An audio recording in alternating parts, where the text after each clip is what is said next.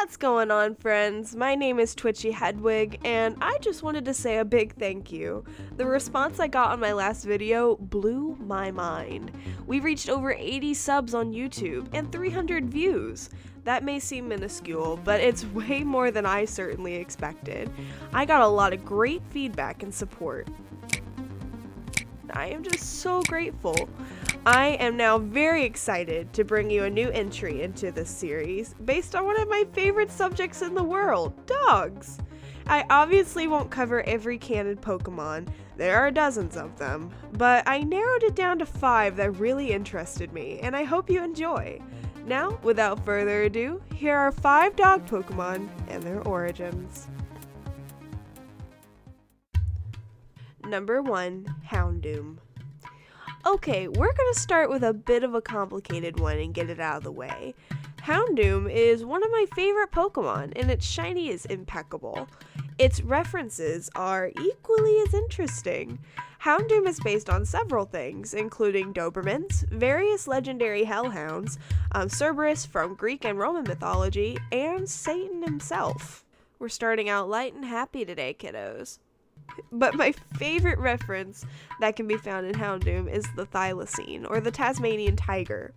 Now, I know a tiger is not a dog, it's a cat. However, neither is the thylacine, which is even sometimes called the Tasmanian wolf. The thylacine is not even a canid like wolves or dogs. In fact, it's a marsupial like a kangaroo. It even had a pouch on its belly. I say had because the thylacine is now extinct, unfortunately. However, per the Australian Rare Fauna Research Association, apparently there have been over 3,800 reported sightings since its declared extinction in 1938. Fun fact, it was actually just considered an endangered species until around 1980, but because of environmental laws at the time, a species could not be declared extinct until 50 years had passed without a confirmed sighting. So who knows? Maybe there are still some of these creatures running around in Australia right underneath our noses. One similarity that we can find in Houndoom and the thylacine, besides design, includes the thylacine being nocturnal, which could explain the dark typing of Houndoom. I know, in Japan dark typing is actually evil typing and nocturnal doesn't mean evil, but let me have my moment here. Maybe this is a stretch. Maybe the secondary fire typing is a reference to the hot weather in Tasmania and Australia. I mentioned this in my last point earlier, but the thylacine is not a canid or related to any type of canine. If that's true, why would I bother putting it in this video about dogs? While the thylacine is not a dog, it is very similar in many ways to a canine, including behavior, body structure, and where it fits in the food chain in its environment. We can explain this with a concept called convergent evolution, which is where species of different lineages, living in different areas of the world even, evolve to have similar features. The opposite of this is called divergent evolution, which is members of the same species evolving to have different features. This may sound familiar as it is a concept we also see in Pokemon. It is represented by Oricorio, which is based on the Hawaiian honey creeper, and also Alolan forms. That's a topic for another video, but I found that super interesting. If you guys want a video focused on the different types of real-world evolution that's represented in Pokemon, please let me know in the comments section. Number 2, Stoutland. I am really excited about this one, guys, because reading on the origins of Stoutland really made me giggle a little. Stoutland is a pretty big Pokemon. It's 3 foot 11 inches tall, and it's around 134 pounds, so I automatically assumed it was based on a big dog. However, I was only partially right. Its behavior is strongly based on a St. Bernard, a large working breed known for being used as rescue dogs in mountainous climates.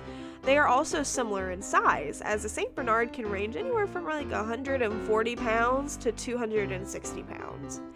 In design, however, I was pleased to realize that Stoutland is strongly based on Shih Tzus and a breed called a Maltese. It surprised me, but after comparing the two side by side, it's really quite obvious. Both Malteses and Shih Tzus are show dogs known for having long groomed hair that hits the floor, similar to Stoutland's coat and his glorious mustache.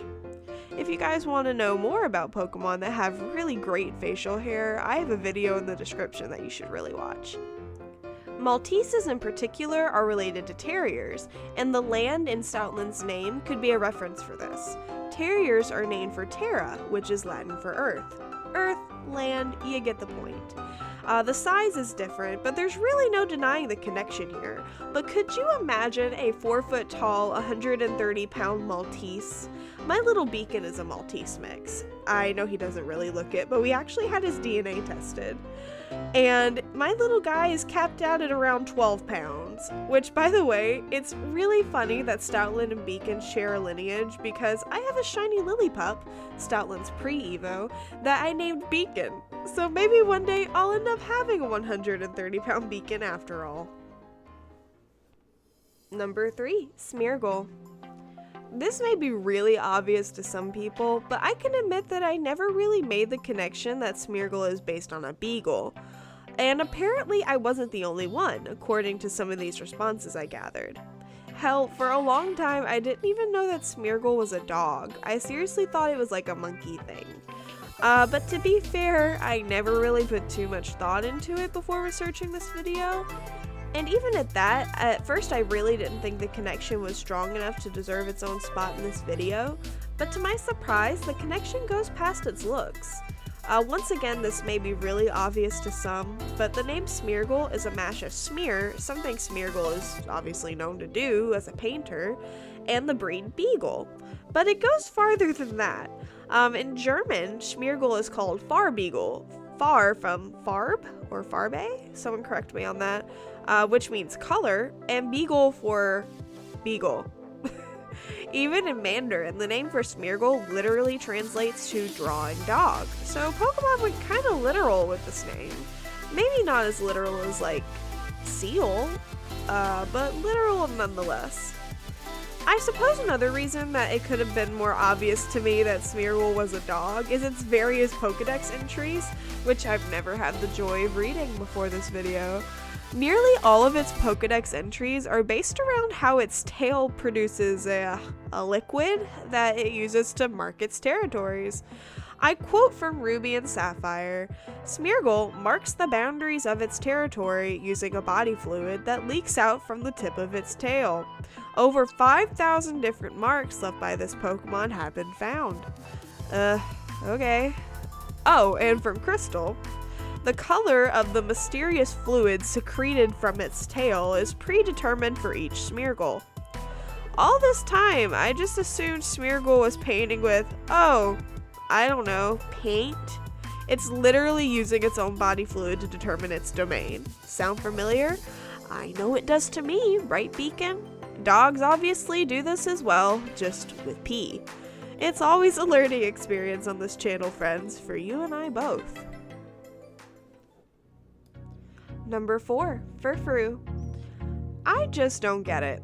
Anytime I bring up Furfrou, it gets so much hate, but I absolutely love this Dogmon.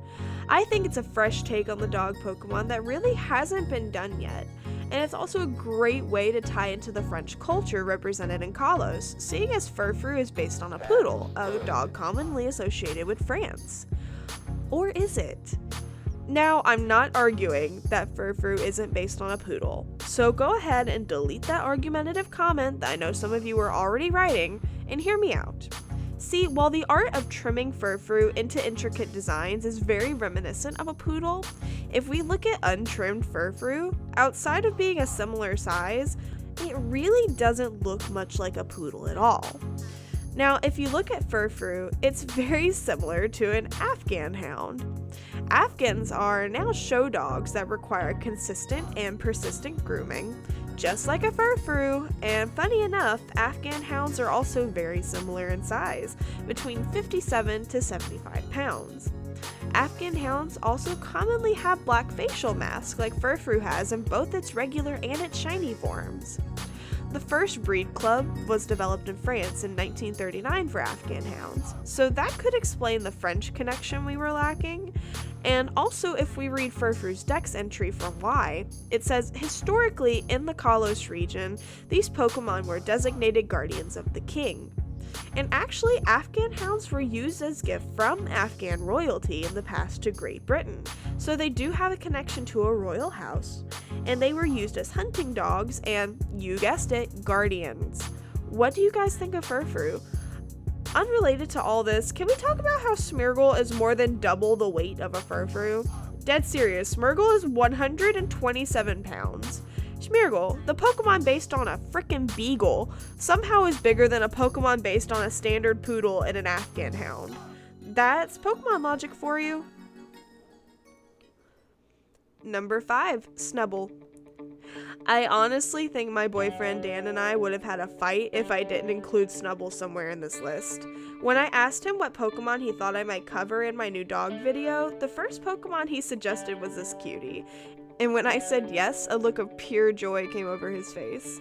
And while Snubbull isn't my favorite Dogmon, I'm still a fan, and I can admit that he's a fan favorite. His origin story is also pretty interesting. See, per Bulbapedia, Snubbull and Granbull, or should I say their typings, are based on a Sith. And yes, I am pronouncing that correctly per Google. A Sith is a creature of Celtic myth that literally translates to fairy dog, allegedly, and as you can see, Snubbull and Granbull are dogs with fairy typings.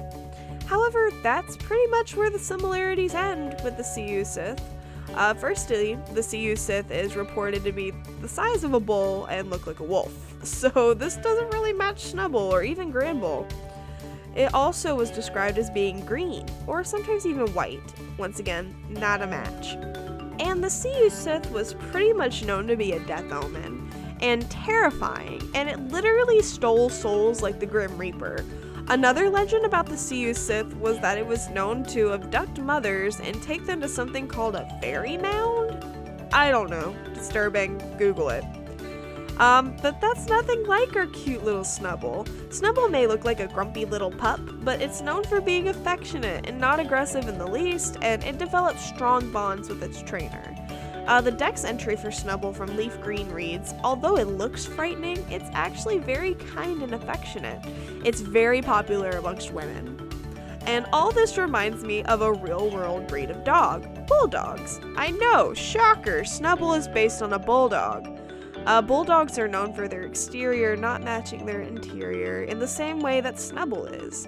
Bulldogs are known for being great family pets because of their strong bonds they build with children, and are kind and patient dogs. I don't think I even need to go into appearances here because the similarities are endless, so maybe this isn't the most revolutionary origin story for a Pokemon, but I really think it's great representation, and Snubbull is so darn cute. You guys, I want to thank you for watching this video. I work very hard on these and I love making them, so stay tuned. Let me know what your thoughts are below, and guys, tell me what I should make next. I have a new video in mind and I think it's going to be a real catch. That's it for today, everyone. Have a great day and go pet your dogs for me. Bye!